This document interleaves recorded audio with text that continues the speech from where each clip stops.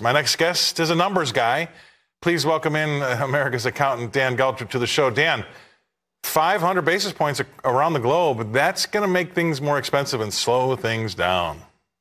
Certainly. Listen, everybody's thinking the same way. It's a global recession is likely, but I think everybody is kind of following the leader here, whoever is leading us, and they're not actually paying attention to what the root cause of this is, which is global supply chains are broken.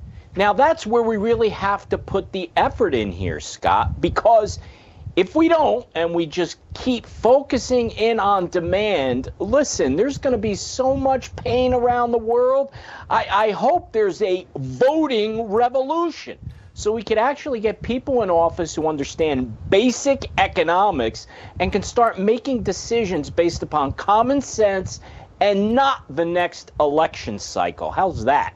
You're so right. And you and I have talked about this, and I've only ever heard one other pundit in the last 8 weeks talk about it, because everybody's talking about the demand side. They're going to destroy it.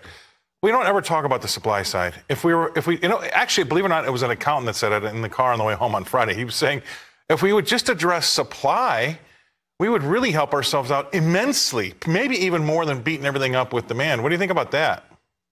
Well, that's exactly right. Look, another pain point that we're going to be seeing, how about what I believe is going to be a global energy crisis that's on the way with the winter months ahead? I think Europe is going to be struggling tremendously. And if you look at what's going on in the United States right now, 1 out of 6 are behind in their utility bill. Now, what does that translate to, Scott? It translates to us not paying attention to energy policy, which to me is really the core of a lot of the inflation and the pain that we're feeling in the United States.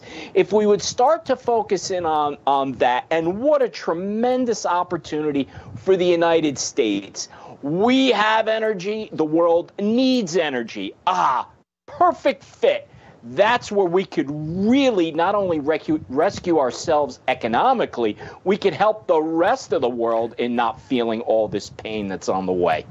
Right, and the knock-on effects of all these sanctions that we've levied on, say, Russia, have not crippled Russia at all. Actually, they've been thriving because of these sanctions. And if we would take care of the supply side, that's one great way to bring the price down of Russia's oil, is flood the market with oil and natural gas and all the things that Russia is now profiting on. And I don't understand why we have to keep going to unbended knee to all of our detractors and these people that hate us, when we have the answer here. And we've stopped talking about it because we all know that nothing's going to happen in that arena. But that really is one spot, that supply side, that really nobody talks about. And maybe they stopped talking about it because of what I just said. It ain't happening. I mean, who knows? But that, you cannot solve a problem, a supply and demand problem, with just looking at one side of it, which would be the demand. You have to bring in the supply. You really do. And specifically to energy, Scott, what I think you see happening here is the squeaky wheel gets the oil, no pun intended. And the squeaky wheel right now are those people that are really out there unrealistically about green energy.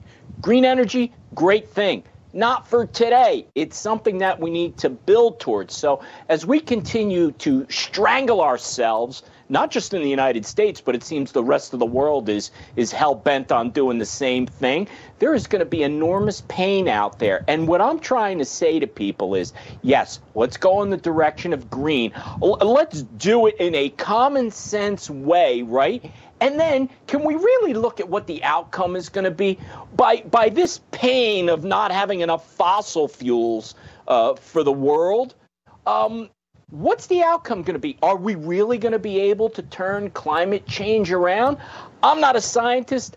I don't know. But if the answer is no, what are we doing? Well, and if the answer is at the expense of human life, what are we doing? Because that's where we're at now, I think, with the crisis that we've got going on in Europe. So, yes, like you said, the road to hell is paved with good intentions. There's a lot of noble ideas out there. But it's probably a really bad time to do that now, when we're just coming off a pandemic where we've got a really inflationary environment. We can't find enough oil as it is. Oh, this is a really good time. You want to roll out this new program where you want to switch And it's a huge switch because right now that energy cannot handle what we're doing on the fossil fuel side.